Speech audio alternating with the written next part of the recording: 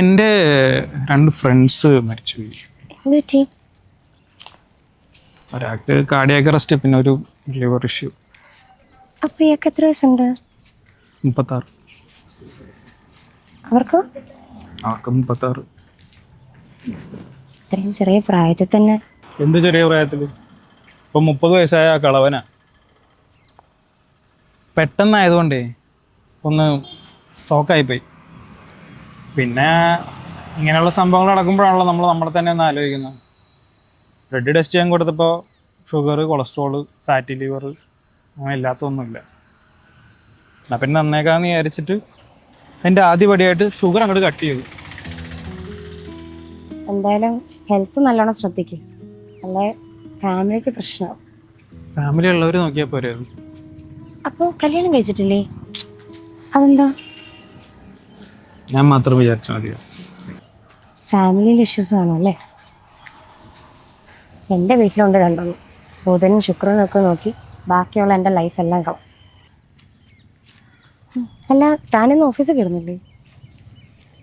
Late ആയതുകൊണ്ടേ HR പറഞ്ഞ് half day cut ചെയ്യും.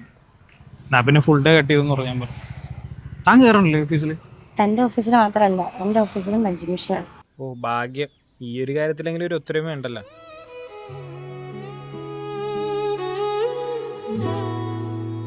June മാസമായി, സ്കൂൾ തുറക്കുന്ന ടൈമൊക്കെ ഓർമ്മ വരുന്നത്. പുതിയ ബാഗ്, പുതിയ ഡ്രസ്സ്, ആ പുതിയ പുസ്തകം തുറക്കുമ്പം ഒരു സ്മെല്ല് വരും. സ്മെല്ല് ഇങ്ങനെ അടിക്കുമ്പോൾ പുറത്ത് മഴ, അല്ലേ? പിന്നെ അറ്റൻഡൻസ് വിളിക്കും, സ്ഥിതി കേസ് പ്രസന്റ് സർ.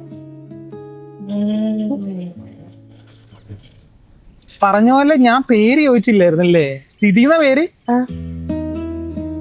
സ്ഥിതി, സ്ഥിതി നല്ല പേര്. ഞാൻ അങ്ങനത്തെ പേരധികം കേട്ടിട്ടില്ല. Nice name. സ്ഥിതി. സ്ഥിതിക്ക് സൃഷ്ടി എന്ന് പറഞ്ഞ പെങ്ങൾ വല്ലതും ഉണ്ടോ? ചെറുപ്പ ക്ലാസ് മുതലേ ഞാൻ കേൾക്കുന്നതായി വളി. ചേച്ചിയുണ്ട്, സൃഷ്ടി നല്ല പേര്, സുസ്മിത. അല്ല, തനിക്ക് ഈ പേരാണ് ഇട്ടത്? ഒരു ഓൾഡ് ടൈപ്പ് പേര്, രഘുവരൻ. നമുക്ക് അങ്ങനെ ഒരു ആക്ടർ അല്ലേ, യാരടി നീ മോഹിനി സിനിമയില. പുള്ളി യാരടി നീ മോഹിനി മാത്രമല്ല, വേറെ കുറെ ക്ലാസിക് പടമൊക്കെ ചെയ്തിട്ടുള്ള ആളാണ്. ഞാൻ അത് മാത്രമേ കണ്ടിട്ടുള്ളൂ.